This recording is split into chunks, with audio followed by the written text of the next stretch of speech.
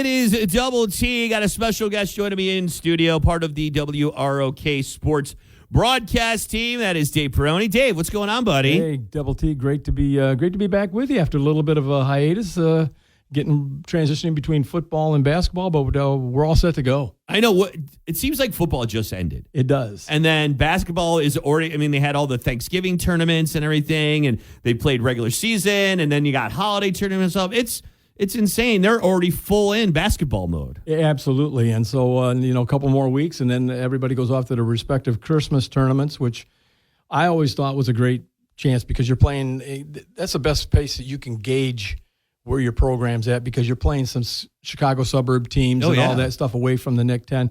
And you get a good gauge as far as what you need to go as soon as you turn the corner come January, what you need to do to hopefully get a NIC 10 championship or, Big Northern or NUIC. Right, and work your way because the playoffs are a couple months away. Get yourself maybe get into regionals and stuff like that. So we're already in this is like a month into the season so far. Yeah, we've already got teams that have played 6-7 games already. So wow. It's going to be fun. I've had an opportunity to go to some of the Thanksgiving tournaments and watch some of the games and watch some online. And it's going to be a fun year. And some teams that were down at the bottom have now kind of transitioned into where they're going to make some noise into the run for the championship as well. I love that. So what are some of the area teams that are ranked so far this year? Well, I think I put a list of top 10 teams I think that are going to be teams that are going to be tough to beat. Number one at the list I think is going to be Pecatonica and also Rockford Christian at number 2. Eastland, South Beloit, and Guilford, of course, who's already making a statement in the NIC 10 is in the mix.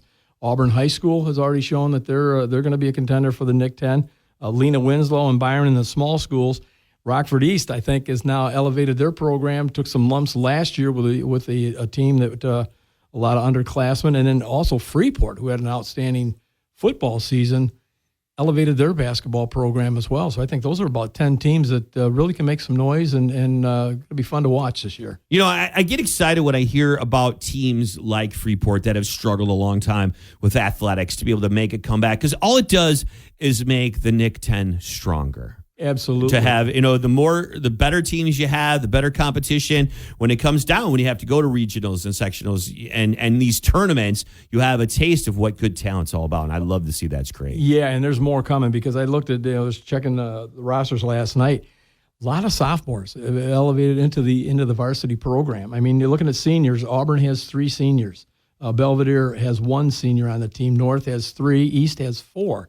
So a lot of underclassmen have come up. A lot of sophomores have implemented into the program.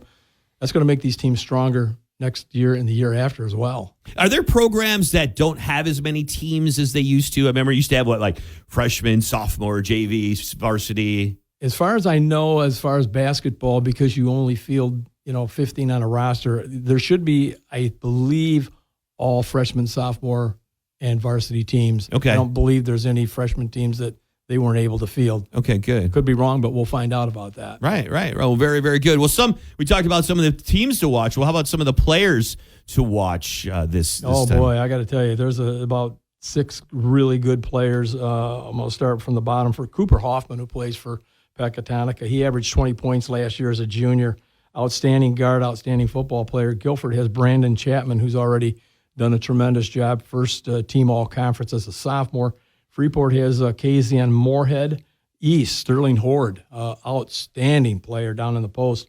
Belvedere North has Lawrence Townsend. But you come to talking about players, going to Auburn, Amir Danforth, opportunity to see him play. As a junior now, has already reached the 1,000 plateau in his career. The other night, he wears jersey number 44.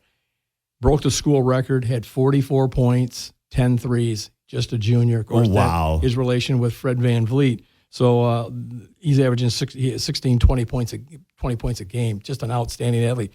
Get out and watch some of these players and support them because these guys are really tremendous players. Is that the next opportunity for someone to come out of Rockford to really make a name of themselves like Fred did? Yeah, I truly believe that. There's got to be a lot, and I haven't had a chance to talk to his dad. Of course, you don't want to bring that kind of stuff up, but now he's got to be getting a lot of college looks at him. I'm sure Fred would have a little bit of direction for him, sure, I guess. Because he's been through it. As a mentor, yeah. And he reminds me, in Double T watching him, he reminds me of Fred. And I covered Fred for 4 years, from freshman all the way up till he graduated. I see the same type of attitude. He's very quiet, like Fred was. And it's just grab your lunchbox, let's go to work. Right. Just a blue-collar worker. And so it's going to be fun to watch him grow, especially when he gets into the senior ranks. That's awesome. I've heard a lot of good things about him. I heard Fred's taking him under his wing a little bit and practicing with him over the summer and Absolutely. stuff. So, yeah. You got to take advantage, Ain't nothing wrong with that whatsoever.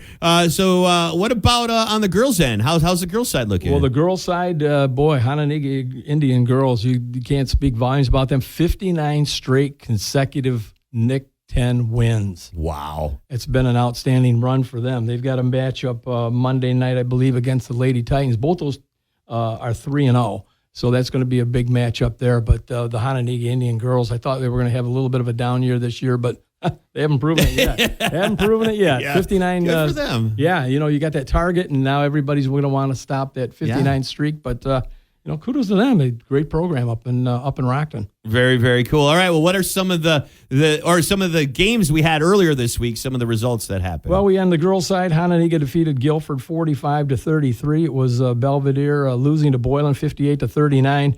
Harlem a winner over North 59-39. Auburn was a winner over East 62-27, and Freeport Pretzels defeating Jefferson 65-44. On the boys' side, this past Wednesday night, the Guilford Vikings defeated Hananiga 54-45.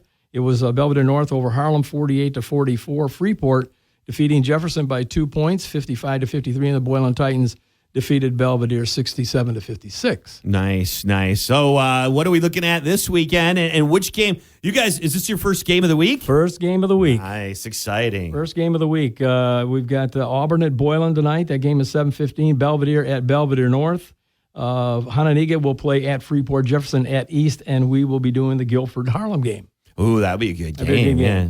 Where's that one at? That's going to be at Harlem. That should be a 7:00 start. And Joe, will he be taking care of dinner for you tonight? Well, I just learned that Joe was going to be prior to, because he's a tennis coach, is going to be in the concession stand doing a little bit of concession work. So not quite sure if we can get Joe out of the concession stand to come into the broadcast. Do they know they're going to lose money on that? Oh, my. I told them they better watch him, because